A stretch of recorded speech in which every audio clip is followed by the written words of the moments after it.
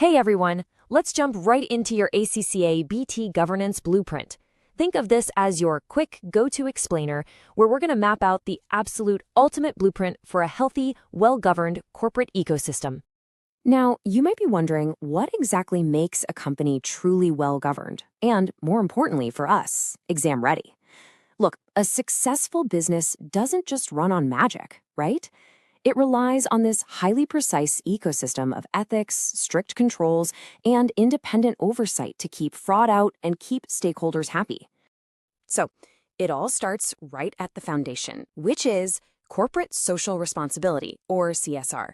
Basically, this is where a business chooses to act ethically. They're protecting the environment, they're supporting society, and they're genuinely considering what their stakeholders need rather than, just blindly chasing profits at all costs. And we actually measure this responsibility using what's called the triple bottom line. That's profit, planet, and people. A truly sustainable business has to balance all three of those P's. We can also look at Carroll's pyramid for this. It's kind of like a building block system. It builds up from basic economic survival right at the base, up through legal and ethical compliance, going all the way up to philanthropic giving at the very top. Okay, so building directly on that ethical foundation is your internal control. These are the literal policies and procedures management puts in place to safeguard the company's assets, ensure financial reporting is actually reliable, and basically just boost overall efficiency. And these controls work in three distinct ways. They prevent errors before they even happen, they detect them if they somehow slip through the cracks, and they correct them right away. A really classic example of this is the internal check. Honestly, just think of it as a mandatory buddy system at work. It means absolutely no single task is executed from start to finish by just one person. And having someone else naturally review your work, well, it drastically reduces both accidental errors and, frankly, intentional fraud.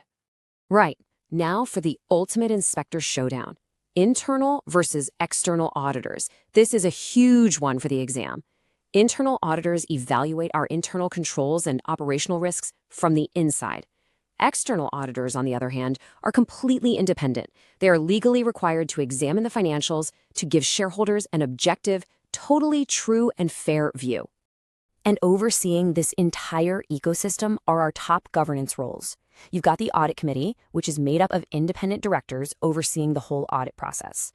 Then there's the chairperson, who impartially leads the board to make sure governance is actually effective. And finally, the company secretary, who handles all the strict legal and regulatory compliance, the whole shebang. Ultimately, having strong internal controls, effective audits, solid CSR, and good corporate governance is what helps organizations operate ethically and really build up that stakeholder trust. So, your major exam takeaway? Remember this. Internal control prevents risk, internal auditors improve controls, external auditors provide independent assurance, the audit committee oversees governance, the chairperson leads the board, and the company secretary ensures compliance. Absolutely crucial to remember. But looking at this whole ecosystem, which of these roles do you think faces the absolute hardest ethical challenges in the real world?